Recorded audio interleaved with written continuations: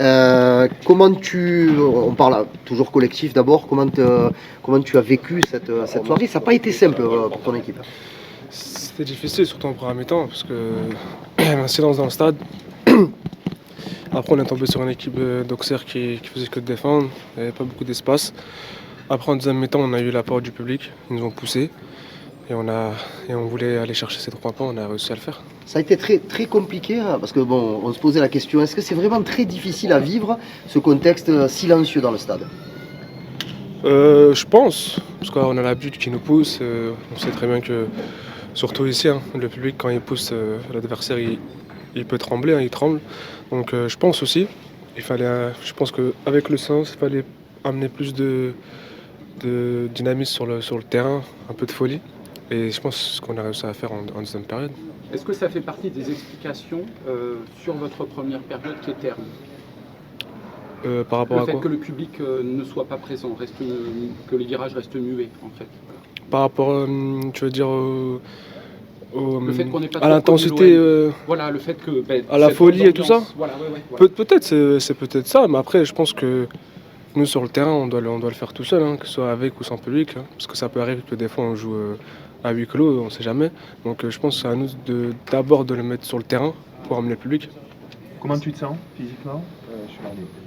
Ça y est, ta blessure, c'est terminé? Ouais, c'est terminé, ça va, je me sens de mieux en mieux. Franchement, je me sentais bien. Après, c'est toujours difficile de rentrer en match, mais ça va, je commence à bien me sentir. Là, on joue vendredi, semaine prochaine, on joue dimanche, donc j'aurai une bonne semaine d'entraînement pour encore mieux me sentir. Le changement de schéma a quand même aussi apporté pas mal de choses. Il y avait plus de joueurs offensifs. Sur le but, vous êtes quand même plusieurs à être dans la surface. Et ce but, ça doit te faire du bien. Et c'est un but qui compte parce qu'il vaut 3 points. Quoi. Oui, bien sûr, ça fait du bien. Pour un attaquant, c'est toujours bien de marquer. Après, aujourd'hui, il offre les 3 points. Je suis très content. Ça fait 3 victoires de suite. Et on espère bien finir la semaine prochaine avant la trêve avec cette réception de Lille qui sera un match décisif. Et on va tout faire pour prendre les 3 points. Et personnellement, vous en êtes à 8 buts en 2026. Comment, après cette longue blessure, comment vous vous sentez? Est-ce que vous êtes content de ce que vous proposez? Moi, ça va. Je pense qu'on peut toujours mieux faire. Je pense que je peux mieux faire. Après, c'est vrai que c'était difficile de revenir après 3 mois. Là, j'ai eu un petit pépin aussi.